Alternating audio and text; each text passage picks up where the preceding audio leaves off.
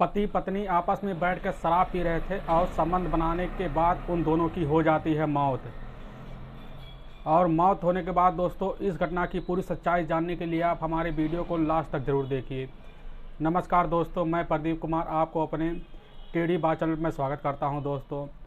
दोस्तों यह घटना है जो कि मध्य प्रदेश के एक गांव जो कि बिसरा गांव की, वहां पर एक दिव्या नाम की एक औरत रहा कर जिसकी उम्र दोस्तों 42 साल की थी। और उस औरत की दोस्तों जब उस औरत की शादी हुई तो उसकी उम्र जो कि 20 साल थी और वह अपने पति के साथ हंसी खेलती रहती थी दोस्तों। लेकिन कुछ दिन बीतने के बाद वह अपने पति को छोड़ देती है।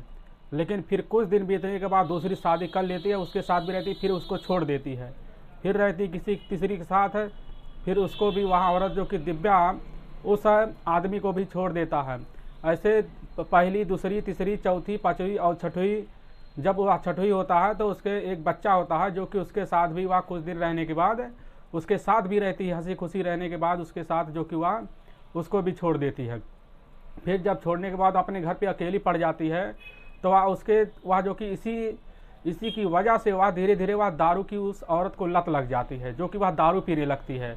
दारू पीने के बाद वह होश तेज नहीं रहता, वह कहाँ रहती, वह क्या करती है, तो धीरे धीरे यह मामला धीरे धीरे बढ़ता रहता है। तो जो कि वह औरत फिर एक उसको आदमी को नज़र पड़ जाती है उसके ऊपर, जिसका नाम दोस्तों बेलाराम है। बेलाराम की भी एक शादी हुई थी जो कि उसकी पत्नी उसको तलाक दे देती थी।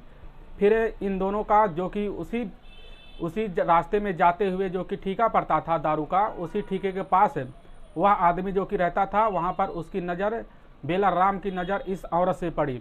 तो बेलाराम इस औरत से जो कि फिर प्यार मोहब्बत की बातें करने लगे। दोनों आपस में बातें कर रहे थे।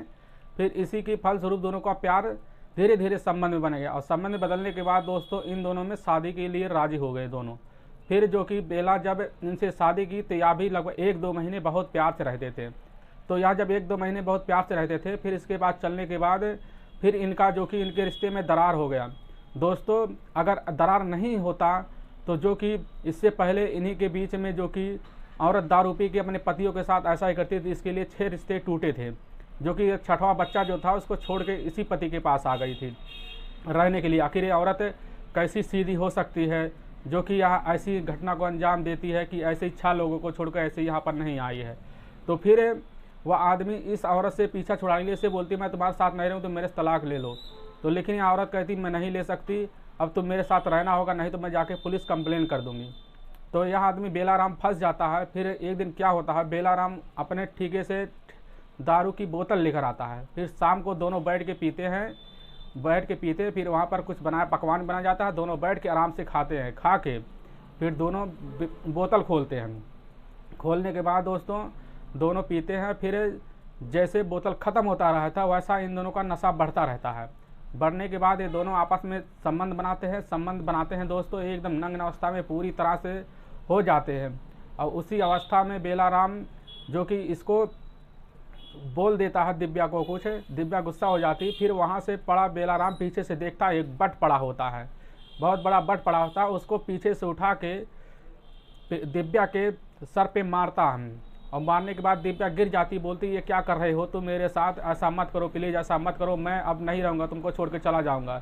लेकिन बेलाराम नहीं मानता। फिर उसके सर पे 2-3 बट फिर मारता, फिर मारते ही जाता, वार पे वार करता है, जिससे दिव्या पूरी तरह से बेसुध के गिर जाती। फिर उसको वहीं पर मार के उसको ख़त्म कर देता है। फिर ख़त्म करने के बाद बेलाराम कुछ देर सोचता है, फिर वहाँ पर खड़े होकर वहाँ पर पंखे में ले जाकर एक रस्सी लगाकर फिर उसमें अपना गला लगाकर वो फांसी भी लगा लेता है दोस्तों। फिर दोनों जब कुछ देर हो जाता है, सुबह हो जाता है, तो इनके दरवाज़ा नहीं खुलता। आस पड़ोस के लोग आते हैं, फिर इनके दरवाज़ा को देखते नहीं खुला आज, नहीं तो रोज़ खुल जाता, आवाज़ें भी आती थी चिल्लाने की। फिर आस पड़ोस के लोग खोल के देखते तो वहाँ पर दोनों की लाश पड़ी होती है। फिर पुलिस कंप्लेन की जाती है और कंप्लेन करने के बाद वहाँ पर पुलिस आती है, इन दोनों को लाश को ले जाती है। दोस्तों आप इनके बारे में क्या कहना चाहते हैं?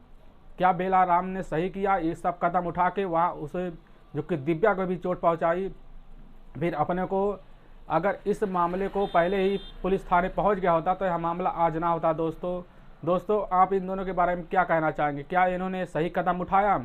क्या दिव्या पहले से या सही कदम उठा रही थी। जो भी आप कहना चाहते हैं कमेंट बॉक्स में ज़रूर करें, और इसके लिए आपको मैं धन्यवाद कहता हूँ। अगर आपको हमारा वीडियो अच्छा लग रहा है दोस्तों, तो हमारे चैनल को लाइक और सब्सक्राइब जरूर कर लें, और शेयर भी ज़्यादा से ज़्यादा शेयर करें दोस्तों, जिससे हम आपके बहुत आभारी रहेंगे। और फिर हम आपको नेक्स्ट वीडियो जरूर लेकर आएँ। तब तक के लिए राम राम, जय हिंद।